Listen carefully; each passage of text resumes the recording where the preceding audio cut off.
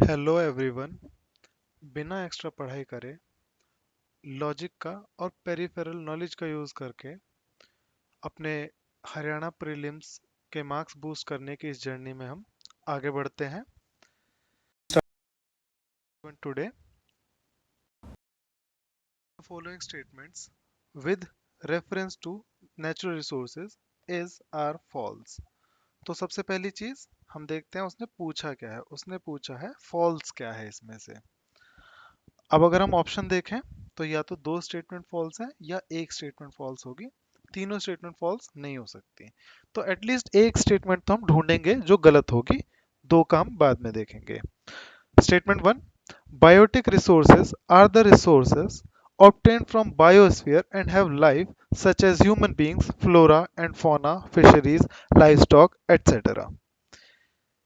एक ये जो etc वर्ड यूज करता है ना, हमेशा याद रखना एटसेट्रा मतलब और इत्यादि इत्यादि चीजों की बात कर रहा है, तो इसने क्लियरली डिफाइन नहीं करा। ऐसी जो स्टेटमेंट्स हैं यूजुअली सही हो जाती हैं बिकॉज इसमें तुम अपने आप से भी कुछ इंक्लूड कर सकते हो, बिकॉज उसने खुद ही बोल दिया etcetera.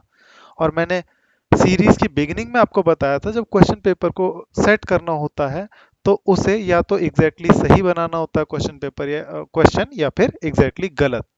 Black and white, there must not be any grey zone. और जहां पर ग्रे जोन होगा वहां पर हम अपनी कन्वीनियंस के हिसाब से आंसर चूज कर सकते हैं। तो एटसेट्रा डालते ही ये एक ग्रे जोन आ जाता है। और क्योंकि इसमें ओनली वगैरह का यूज नहीं हुआ है तो मैं कहूंगा कि ये स्टेटमेंट सही हो जाएगी।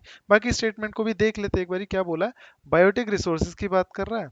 अब बायो से आपको पता है बायो मींस लाइफ। बायोलॉजी में हम लाइफ के बारे में पढ़ते हैं, राइट।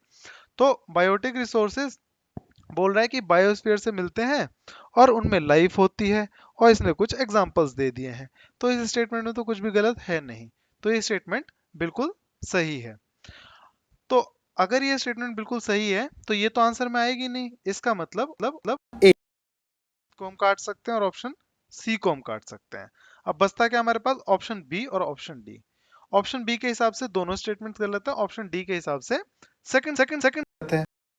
अब गौर करने वाली बात यह है कि सेकंड स्टेटमेंट तो गलत है ही बिल्कुल, क्योंकि दोनों में है टू। एक बार पढ़ लेते हैं। The resources which can be reproduced by physical, chemical और mechanical processes are known as non renewable resources. Non renewable resources की डेफिनेशन दे रहा है। थर्ड स्टेटमेंट पे आते हैं। The resources that occur over a very long geological time and take millions of years in their formation are called renewable resources. तो इसने renewable resources की डेफिनेशन दी है। अब गौर करने वाली कि अगर नॉन रिन्यूएबल रिसोर्सेज की डेफिनेशन गलत है तो इसने रिन्यूएबल की भी गलत करी होगी, ऑफ कोर्स, बिकॉज स्विच मारा है इसने। ऐसा तो है नहीं कि नॉन रिन्यूएबल रिसोर्सेज की डेफिनेशन गलत है लेकिन जो दूसरी वाली डेफिनेशन है वो रिन्यूएबल रिसोर्सेज की है और सही है। ऐसा नहीं हो सकता ना, क्योंकि जो दूसरी डेफिनेशन है वो नॉन रिन्यूएबल की होगी ना।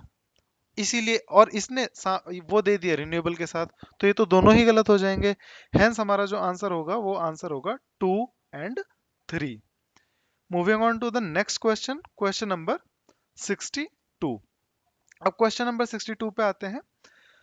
Match list one with list two. इसने डैम का नाम दिया हुआ है और रिवर्स का नाम दिया हुआ है। अब आपको बताना है कि कौन सा डैम कौन सी रिवर पर है। तो चारों डैम के नाम पढ़ लेते हैं जल्दी से।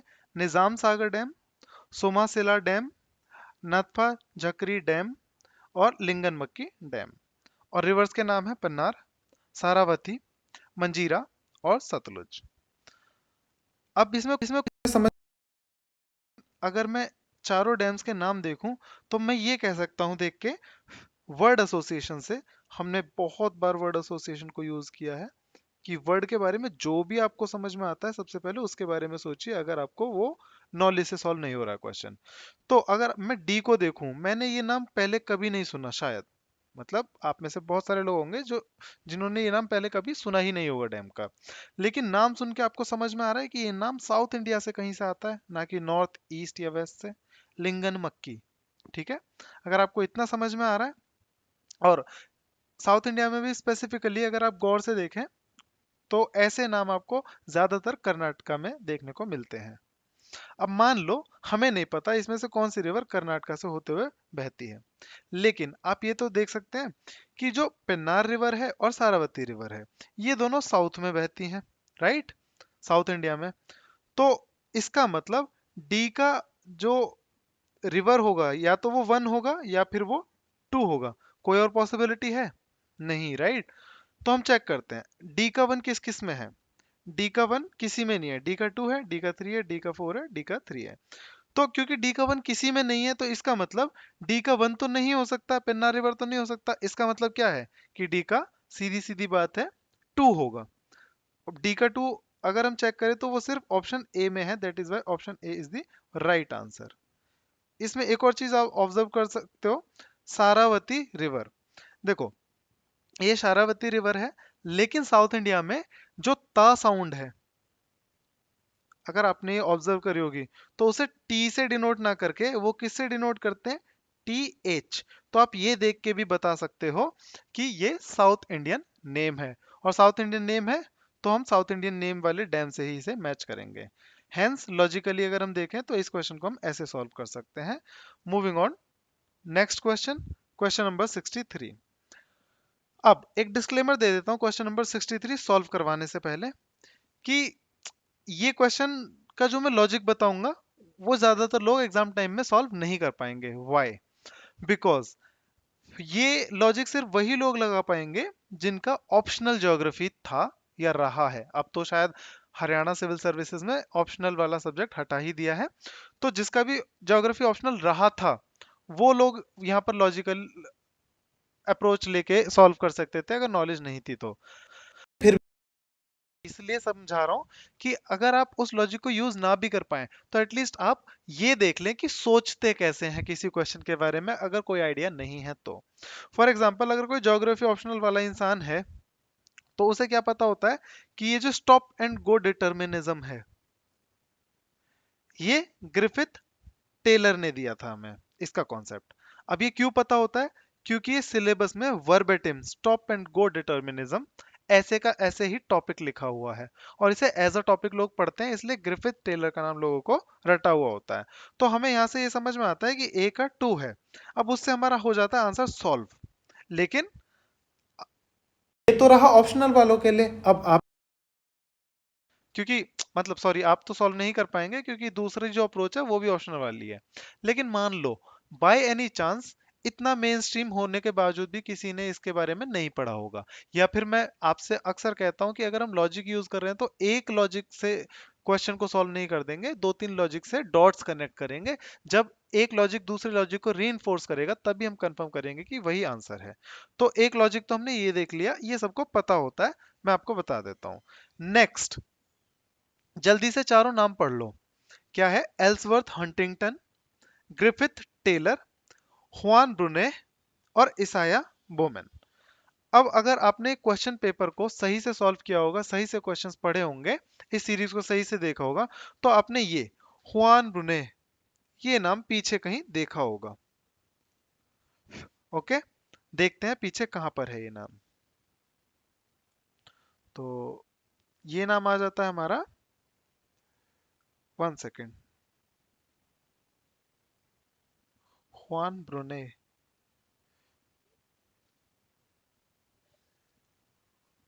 ये रहा 55th क्वेश्चन में। और क्योंकि 55th क्वेश्चन मैंने सॉल्व कर लिया है तो मुझे ये पता हो जाना चाहिए था कि हुआन ब्रुने जो है फ्रांस से आते हैं, और हुआन ब्रुने फ्रांस से आते हैं।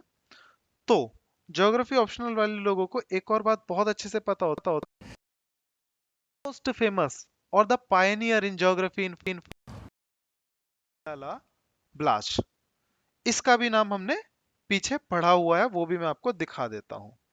ये रहा क्वेश्चन नंबर 56 में, here it is, last statement में, Paul विडाल्डा la Blache.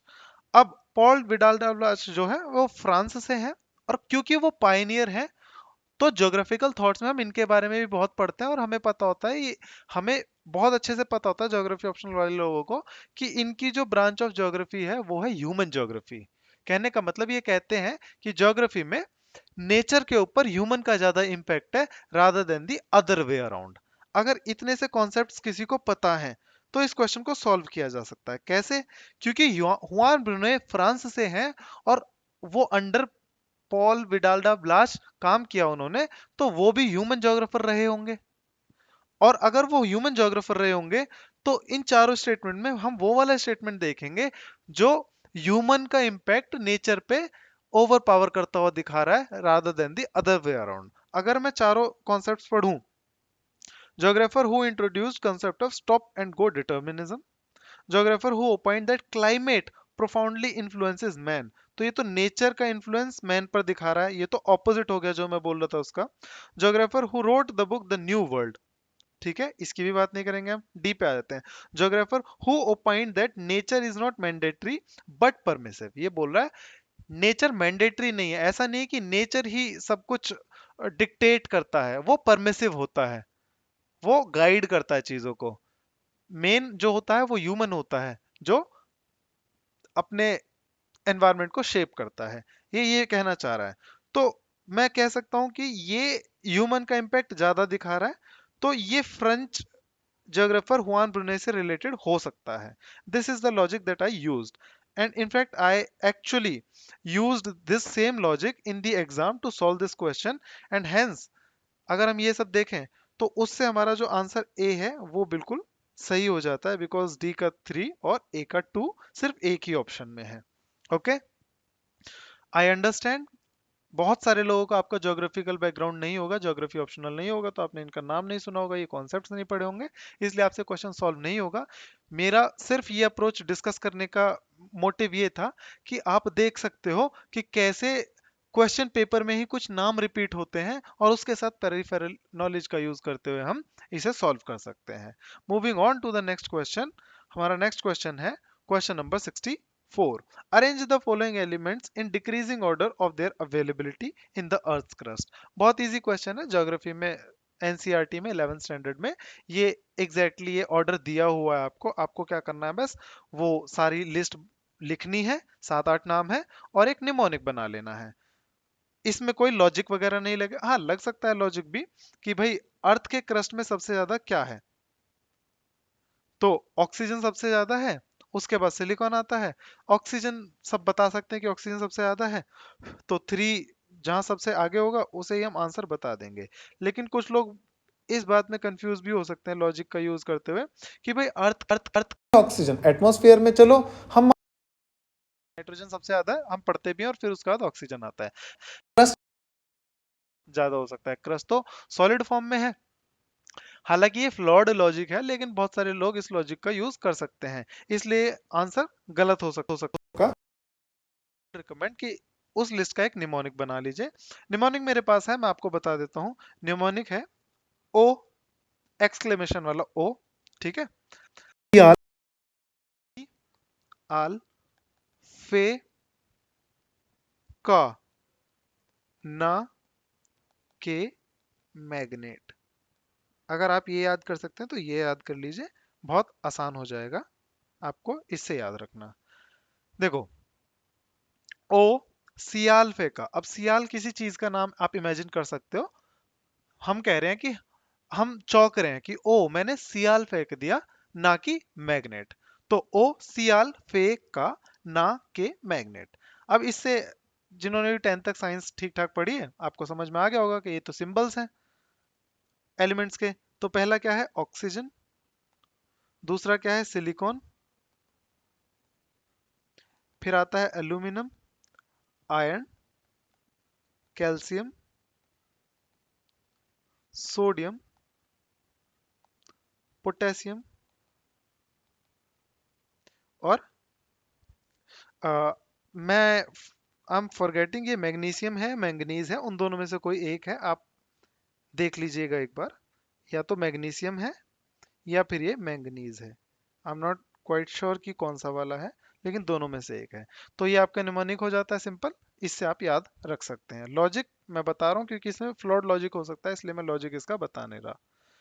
Next question, question number 65, match list 1 and list 2। जब भी ऐसे वियर्ड नाम आ जाएं जिनके बारे में शायद हमने ना पढ़ा हो, तो हमें क्या करना है, वर्ड एसोसिएशन। उस नाम में जो भी चीज ऐसी दिख जाए कि ये तो मुझे पता है क्या होती है, हम उसे ही पकड़ लेंगे और उससे क्वेश्चन सॉल्व करने की कोशिश करेंगे और देखेंगे हम कितना डीप जा सकते हैं उस क्वेश्चन को सॉल्व करने के लिए। मोस्ट ऑफ द टाइम्स क्या होता है कि हम 50-50 कम ऑफन है, लेकिन ऐसा भी होता है कि हम क्वेश्चन पूरा का पूरा भी सॉल्व कर देते हैं। अब जल्दी से लिस्ट वन देख लेते हैं। Cirque, lapies, natural levees and pediplain. अगर ज्योग्राफी की एनसीईआरटी पढ़ी है तो ये नाम वर्बेटिम ऐसे कैसे ही लिखे हुए हैं, सबको पता होता है ये क्या है, लेकिन हम अज्यूम करते हैं कि नहीं पता हमें, क्योंकि हमने कसम खाई हम पढ़ के नहीं जाएंगे। तो हम देखते हैं इसे लॉजिकली कैसे सॉल्व करेंगे। डी पे आ जाते हैं। ऊपर के तीन नाम तो नहीं समझ में आ रहे, जनरली हम कहीं नहीं सुनते इसलिए नहीं समझ में आ रहे। डी पे आ जाते हैं। ये बोल रहा है पेडी और फिर प्लेन। तो पेडी और प्लेन दोनों को ही हम जानते हैं क्या होता है ये। ओके। पेडी, आपने पेडी कहाँ सुना है? पेडी सुना है आपने पेडी क्योर में, जब लोग अपने पैर के नाखून वगैरह साफ करवाते हैं तो उसे पेडिक्योर बोलते हैं। और दूसरा है प्लेन। अब प्लेन के बारे में तो हर कोई जानता है, प्लेन क्या होता है, एक सपाट समतल जगह को बोलते हैं हम प्लेन। अब इससे ही हम मीनिंग ड्राइव करेंगे। तो हम कहेंगे कि भाई पेडी प्लेन कोई ऐसी जगह होगी जो बिल्कुल सपाट होगी, समतल होगी, और पेडी मतलब लोअर लेवल पे होगी। अब वो किसी और चीज के लोअर लेवल पे होगी या हाइट में लो लेवल पे होगी, जो भी है, क्योंकि पेडी का मतलब होता है, पेडिक्योर मतलब वो जो नाखून वगैरह साफ करवाते हैं हम पैर के, वो तो पेडी मतलब किसी चीज के बेस पर। अब देखते हैं हम चारों अकरेंस। लिस्ट टू देखते हैं। The landforms found associated with flood plains along the banks of large reverse. ठीक है, फ्लड प्लेन्स आ रहा है, हम सोच सकते हैं कि हाँ शायद ये हो सकता। The most common landform in the glaciated mountains. अभी अभी माउंटेन तो बिल्कुल नहीं है, तो टू तो नहीं हो सकता डी का। अगर डी का कहीं टू है तो उसे काट देंगे हम, हमने काट दिया है बी। फिर आते हैं third. The land forms with a relatively flat rock surface. देखो प्लेन की बात आ रही है, relatively flat rock surface formed by the joining of several pediments. नाम ही आ गया पेडिमेंट्स। पेडी पेडी बिल्कुल एसोसिएट कर सकते हैं। Generally found in arid and semi arid areas. तो मुझे थ्री जो है हाई हाई प्रोबेबिलिटी लग रही है कि डी का थ्री होगा। एक बार fourth fourth fourth formed when most of the limestone is taken away by the pits and trenches। देखो पिट्स और ट्रेंचेस की बात कर रहा है, मतलब ये प्लेन की तो बात नहीं कर रहा। तो डी का फोर भी नहीं हो सकता। तो डी का फोर कहीं है, नहीं है, चलो इससे हेल्प नहीं हो रही। तो मैं क्या कह रहा हूं कि भाई डी का थ्री है, मुझे ये समझ में आ रहा है। तो मैं डी ऑप्शन भी काट सकता हूँ क्योंकि उसमें डी का वन दिया हुआ है। तो इससे क्या होता है कि मैं 50-50 पे आ जाता हूँ, राइट, कि 50-50 तो मैं पहुंच गया ही होगा, बाकियों का मुझे नहीं पता। तो लॉजिकली अगर हम सॉल्व करें तो हम 50-50 तक पहुंच सकते हैं। हाउएवर ये क्वेश्चन बहुत इजी है, सबको पता होता है इसके बारे में। आंसर है ए। सर्क जो होता है वो ग्लेशिएटेड माउंटेन्स में होता है। वो जो वो पेनिसी जो आपको नोक मिलती है माउंटेन की, क्योंकि हेडवर्ड इरोजन करता है ग्लेशियर, तो तीनों साइड से जब माउंटेन को इरोड करता है तो ऊपर एक पेनिसी नोक बन जाती है माउंटेन की, उसे हम सर्क बोलते हैं। If my memory serves me correctly. Lapies होता है ये वाला, ये जो लाइमस्टोन लैंडफॉर्म होती है पिट्स एंड ट्रेंचेस वाली। नेचुरल लेवीज ये नदी के किनारे बन जाते हैं, सैंड के ढेर, उसे नेचुरल लेवीज बोलते हैं। फिर आते हैं हम क्वेश्चन नंबर 66 पर। क्वेश्चन नंबर 66 में क्या कह रहा है, given below are two statements, statement one and statement two, तो हमें बताना हो कौन सी करेक्ट है कौन सी इनकरेक्ट है। In 1960s the government of India under the food and agriculture minister Chidambaram Subramaniam launch the green revolution with the help of geneticist M S Swaminathan. अब इसमें क्या है, क्या गलत हो सकता है कि food and agriculture minister Chidambaram Subramaniam ना हो के कोई और हो शायद। Okay. Green revolution M S Swaminathan ने ना करा हो, किसी और ने करा हो, तो ये दो चीजें गलत हो सकती हैं। फिर आते हैं स्टेटमेंट टू पे।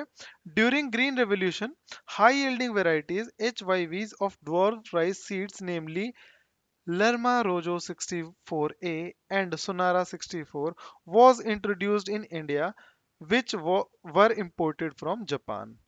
तो ये तीन चीजें हैं जो गलत हो सकती हैं, चार चीजें इनफैक्ट, राइस भी हो सकता है। तो कॉमन नॉलेज, पेरिफेरल नॉलेज, सबको ये पता होता है कि ग्रीन रेवोल्यूशन में दो क्रॉप्स को बहुत बढ़ावा दिया गया था, पेडी एंड व्हीट। तो इट इज क्वाइट पॉसिबल कि इसने राइस सीड बोला है और ये नाम दिए हों इसने व्हीट वाले सीड के। और इट इज क्वाइट पॉसिबल कि जापान की जगह कि किसी और कंट्री से ये सीड इंपोर्ट करे गए हों। तो एक्चुअली यहाँ पर स्टेटमेंट टू गलत है और स्टेटमेंट वन सही है। अब मैं आपको बता देता हूँ एक और लॉजिक। जब दो स्टेटमेंट्स में दोनों में डेटा दिया हो और दोनों में ऐसा लग रहा हो कि आपको डेटा गलत हो सकता है, तो most of the times, I am not saying always, लेकिन मोस्ट ऑफ द टाइम्स क्या होता है, एक स्टेटमेंट तो गलत होता है, एक स्टेटमेंट सही होता है। तो यहाँ पर लॉजिकली कुछ बहुत ज्यादा बन नहीं रहा है। अगर आपको पता है तो आप इसे सॉल्व कर लेंगे, वरना नहीं कर पाएंगे। इसमें स्टेटमेंट टू है वो गलत है, क्योंकि ये जो सीड वैरायटी के नाम है ये वीट के हैं ना कि राइस के हैं, और राइस हमने फिलीपीन से लिया था ना कि जापान से। तो सेकंड स्टेटमेंट गलत है, स्टेटमेंट वन सही है। एम एस स्वामीनाथन के बारे में सबने पढ़ा हुआ होता है। बस चिदम्बरम सुब्रमण्यम में थोड़ी कंफ्यूजन हो सकती है, लेकिन हमारा आंसर है बी। अब मैं ये नहीं कह रहा कि हमने ये सॉल्व कर दिया है, सॉरी बी नहीं है, सी आंसर है हमारा। हम नेक्स्ट, मैं ये मान के चलता हूँ कि इस क्वेश्चन को लॉजिकली हम गलत करके आएंगे। Next, 67th question. The National Food Security Mission of India was launched in October 2009. अक्टूबर 2009 की बात हो रही है। हो सकता है अक्टूबर गलत हो या फिर हो सकता है 2009 गलत हो, कुछ भी हो सकता है। Second statement, the mission was launched with an objective to increase the annual production of rice by 10 million tons, wheat का 8 मिलियन टन, पल्सेस का 4 million ton, by the end of 11th the 11th plan. तो मेरा logic ये होता है, और ये most of the time सही भी जाता है, कि जिस स्टेटमेंट में ज्यादा डेटा पॉइंट दिए हो हम उस स्टेटमेंट को गलत मानेंगे, और जिसमें कम डेटा पॉइंट दिया हो उस स्टेटमेंट को हम सही मानेंगे, अगर दोनों स्टेटमेंट में डेटा है तो। लेकिन यहाँ पर ये लॉजिक गलत हो जाता है हमारा, और ये आंसर हमारा हो जाएगा गलत। तो आई एम नॉट अफ्रेड एक दो आंसर्स मैं गलत कर दूं, क्योंकि अगर मैं सेम लॉजिक को यूज करके 10 में से 8 क्वेश्चन सही कर रहा हूं और दो गलत कर रहा हूं, तो I would gladly do that. वैसे इसका आंसर है सी, स्टेटमेंट वन जो है वो करेक्ट है, सॉरी डी है इसका आंसर। स्टेटमेंट वन जो है वो इनकरेक्ट है, स्टेटमेंट टू है करेक्ट। लॉजिकली सॉल्व नहीं हो रखा है हमसे, इनफैक्ट लॉजिकली जाएंगे तो हम इसे गलत कर देंगे। 68th question, German economist Johann Heinrich von Thunen, Johann Heinrich von Thunen created one of the first geographical models related to agricultural land use. Again, I don't know why prelims में उन्होंने ये questions डाले हैं। These are the things that geography optional वाले लोग पढ़ते हैं, general studies में इन्हें कभी नहीं पढ़ा जाता। आई डोंट नो ये प्रीलिम्स में क्यों क्वेश्चंस डाले हैं, बट बिकॉज डाले हैं तो सॉल्व तो करने पड़ेंगे। देख लेते हैं हम इसे कैसे सॉल्व कर सकते हैं। जो ज्योग्राफी ऑप्शनल वाला है उसने तो इसके बारे में, इस ज्योग्राफिकल मॉडल के बारे में पढ़ा होता है, तो वो तो सॉल्व कर देगा। लेकिन जो ज्योग्राफी ऑप्शनल वाला नहीं है उसको मैं बताता हूँ कैसे इसे सॉल्व किया जा सकता है। इसे ऐसे ऐसे जा सकता है कि भाई ज्योग्राफिकल मॉडल नहीं पढ़े कोई बात नहीं, मॉडल्स तो हमें, मॉडल्स क्या होते हैं, सिंप्लीफाइड वर्जन्स ऑफ रियलिटी। जब हम कुछ पढ़ने की कोशिश करते हैं, किसी चीज को स्टडी करने की कोशिश कर लेते हैं, राइट। जैसे हम क्लाइमेटोलॉजी वगैरह में भी पढ़ते हैं, तो हम चीजों को सिंप्लीफाई कर लेते हैं, कुछ चीजों को हम मान लेते हैं कि गिवन है ये ऐसा ही होगा, है ना। तो बेसिकली मॉडल क्या होता है, मॉडल ये होता है कि रियलिटी की कॉम्प्लेक्सिटीज को हटा के हम सिंप्लीफाई कर लेते हैं चीजों को, जिससे कि हम सारे वेरिएबल्स को, बाकी सारे वेरिएबल्स को कांस्टेंट रख के दो या तीन या चार जो भी हैं उन वेरिएबल्स के बीच में रिलेशनशिप की स्टडी कर सकें। मॉडल का मतलब सिर्फ इतना सा होता है। और अगर ये मॉडल का मतलब है तो इसका मतलब ये बोल रहा है कि अजम्पशंस कौन सी फॉल्स हैं ये बताओ। अब अज्यूम वही तो चीज करी जाती है जो हमें सिंप्लीफाई करनी होती है। तो हम अजम्पशंस में क्या मानेंगे, ज्यादातर चीजें सिंपल है रादर देन कॉम्प्लेक्स, ठीक है। तो हम ये वाला लॉजिक यूज करेंगे कि अज्यूम हम वो चीजें करेंगे जिससे चीजें सिंप्लीफाई हो, ना कि कॉम्प्लेक्स बन जाएं। तो अब हम इन पांचों स्टेटमेंट में हम वो चीजें ढूंढेंगे जिनसे चीजें सिंप्लीफाई हो रही है ना कि कॉम्प्लेक्स हो रही है। Okay. The iso statement one, the isolated state comprises of one market area and an agricultural hinterland. तो ये बोल रहा है अजम्पशन में कि भाई एक एग्रीकल्चरल हिंटरलैंड है जहां पर एग्रीकल्चर प्रोडक्शन हो रही है, और एक ही मार्केट है जहां पे उसे बेचा जा सकता है सामान को।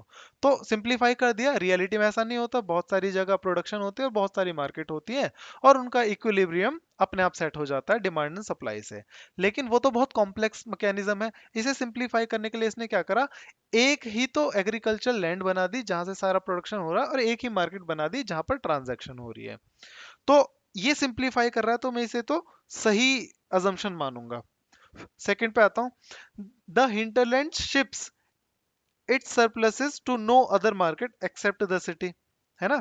ये बोल रहा है कि जो हिंटरलैंड एग्रीकल्चर लैंड है वो अपना प्रोडक्ट सिर्फ एक ही मार्केट को, एक ही सिटी को बेचता है और किसी को नहीं बेचता। बिल्कुल सही है, सिंप्लीफाई कर रहा है और फर्स्ट वाले स्टेटमेंट के साथ, फर्स्ट वाले अजम्पशन के साथ जा भी रहा है ये बिल्कुल से, ठीक है, कंसिस्टेंट भी है। फिर आते हैं थर्ड पे, there are multiple modes of transport.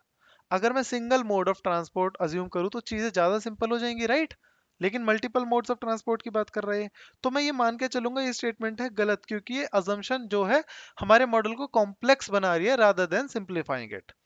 Fourth पे आता हूं स्टेटमेंट पे, there is a homogenous physical environment. Homogenous मतलब एक ही जैसा फिजिकल एनवायरनमेंट है, ऐसा नहीं है कि कहीं नदियां हैं, कहीं प्लेन है, कहीं पहाड़ है, ऐसा नहीं है। होमोजेनस फिजिकल एनवायरनमेंट है, including a uniform plain around the city. तो ये क्या कर रहा है, ये भी सिंप्लीफाई कर रहा है हमारे मॉडल को। Fifth statement, the hinterland is inhabited by farmers who can not adjust automatically to the market's demand. ये भी कॉम्प्लेक्स बना रहा है। तो मैं मान के चलता हूं थ्री और फाइव अजम्पशन जो है वो गलत होंगे। आंसर में थ्री और फाइव है, यस। तो हमारा आंसर आ जाता है। अगेन, अगर इतना डीप नहीं सोच पा रहे हैं आप इस क्वेश्चन में, तो आपकी गलती नहीं है, वो सिर्फ और सिर्फ इसलिए क्योंकि आपने ये मॉडल्स नहीं पढ़े हैं। ज्योग्राफी ऑप्शनल में कुछ लोगों ने मॉडल्स पढ़े हैं, वो ये लॉजिक यूज कर सकते हैं। लेकिन डिस्पाइट दैट मैं आपको ये सब इसलिए बता रहा हूँ कि आप एटलीस्ट ये सीख जाएं कि क्वेश्चन को कैसे सोचना होता। हो सकता है आपके ऑप्शनल सब्जेक्ट से, जो भी आपने सब्जेक्ट पढ़ा हो, शायद उससे कुछ क्वेश्चंस आ जाएं। तो आगे बढ़ते हैं। 69th question. अब 69th क्वेश्चन ऐसा क्वेश्चन है कि उसे लॉजिकली सॉल्व नहीं किया जा सकता, प्योरली लॉजिक से सॉल्व नहीं किया जा सकता। अगर थोड़ी पेरिफेरल नॉलेज है तो इसे थोड़ा सा हिलाया जा सकता है क्वेश्चन को, बाकी तो नॉलेज होनी ही चाहिए, उसी से ये क्वेश्चन सॉल्व होगा, क्योंकि 5 ईयर प्लान्स के बारे में हम अपने सिलेबस में पढ़ते ही हैं। तो बेसिकली हमें ये याद रहता है कि शुरू में साइंस एंड टेक पे बहुत ध्यान दिया था, heavy industries, science and tech वगैरह पे। तो आईआईटीज वगैरह फर्स्ट 5 ईयर प्लान में आए थे, और ये सबको पता भी होता है। तो डी का हो जाएगा, सॉरी, ए का हो जाएगा 4। अब मैं लॉजिक बिल्कुल यूज नहीं कर रहा हूँ यहाँ पे, ये बेसिकली हमारा आंसर ए का 4 बी में है, वही कर सकते हैं हम, राइट। अब क्योंकि इसमें लॉजिक यूज नहीं हो रहा तो बहुत ज्यादा इसके बारे में बात भी नहीं करेंगे। Moving on to the next question, question number 70। अब 70 क्वेश्चन काफी इंटरेस्टिंग है, गौर से सुनिए। Arrange the following coalfields of India from south to north. साउथ से नॉर्थ की तरफ हमें अरेंज करना है इन्हें। चार हैं, सिंगरेनी, सिंगरेनी कोलफील्ड, फिर आता है हमारा झिलमिली या झिलीमिली कोलफील्ड, फिर आता है गिरिडीह कोलफील्ड और नेवेली कोलफील्ड। अब आप गौर से देखिए इन चारों को, इन चारों में आपको दिख रहा है कि थर्ड जो है गिरिडीह, ये तो हमारा डेफिनेटली नॉर्थ में होने वाला है, क्योंकि आपने रेलवे स्टेशन पे सुना होगा, कई जगह सुना होगा कि मंडुआडीह, गिरिडीह ऐसे नाम नॉर्थ में होते हैं, मोर स्पेसिफिकली बिहार, झारखंड या फिर वेस्ट बंगाल की तरफ, राइट। तो ये तो नॉर्थ में आएगा। एक हमारा सेकंड नंबर है झिलीमिली, ये भी हमें नॉर्दर्न नाम लग रहा है बिल्कुल। तो इससे मैं ये कह सकता हूँ कि थ्री और 2 जो हैं ये अरेंजमेंट पे एंड में आने चाहिए, ना कि बिगिनिंग में। ठीक है, लास्ट 2 पोजीशन ऑक्यूपाई करेंगे। अब 3 पहले आएगा 2 ये नहीं पता मुझे, तो लास्ट 2 पोजीशन 2 और 3 को ऑक्यूपाई करनी है। तो बी तो हमारा कट जाता है और डी भी हमारा कट जाता है, उससे बचता है हमारा ऑप्शन ए एंड सी, दोनों में 2 और 3 एंड में है। अब आ जाते हैं हम 1 और 4 पे। 1 और 4 को अगर आप गौर से पढ़ें तो आप देख सकते हैं कि फोर्थ जो है नेवली, ये बिल्कुल सदर्न नेम लग रहा है जो कि तमिलनाडु में है। तो 4 वाला, अब हम 50-50 तक पहुंच चुके हैं, उससे आगे अगर आपको आता है तो सही है, नहीं तो दोनों में से कोई भी लगा दीजिए, 50-50 चांसेस हैं सही होने के। आंसर है इसका सी, नेवली वाला। ओके। अब मैंने नॉर्थ को क्यों पकड़ा था, क्योंकि as Haryana civil services aspirants मैं ये अज्यूम करके चलता हूं कि मैक्सिमम नंबर ऑफ पीपल या most of the people among you are from the north, तो उन्होंने ये नाम सुने होंगे। अगर साउथ में होता तो मैं साउथ का लॉजिक लेके यूज करता कि नेवली बिल्कुल सदर्न नेम है। Anyway, this was our last question for today. Thank you for watching.